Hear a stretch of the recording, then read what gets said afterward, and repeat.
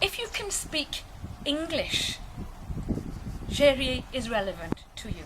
There are many people on Jersey who say, I've nothing against Jèrriais, but it's just not spoken in my family, it's not relevant to me. Well, of course it's relevant to you, because Norman has shaped the English language.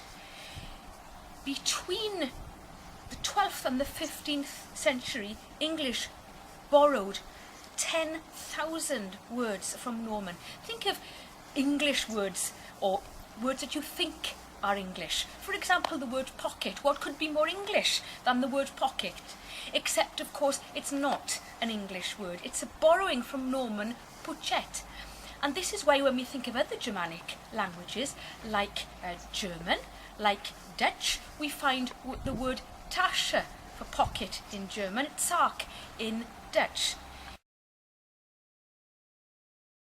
Jèrriais is also very important in this time of Jersey trying to create cultural links, trying to foster cultural links with mainland Normandy. Because if you think about it, a Jèrriais from St. Ouen or St. Martin's, or a young person learning Jèrriais in school, will know words such as the word doublier for tablecloth, that somebody in the Cotentin, a Norman speaker of the Cotentin, will also be able to understand.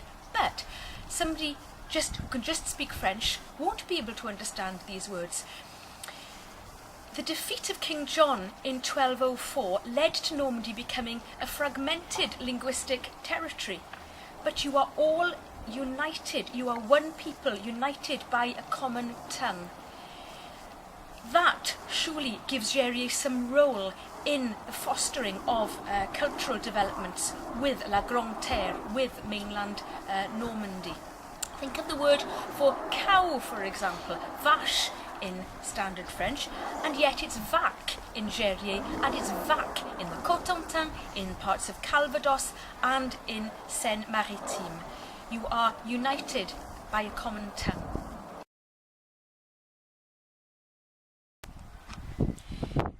In the modern world, it's just not acceptable only to know one language.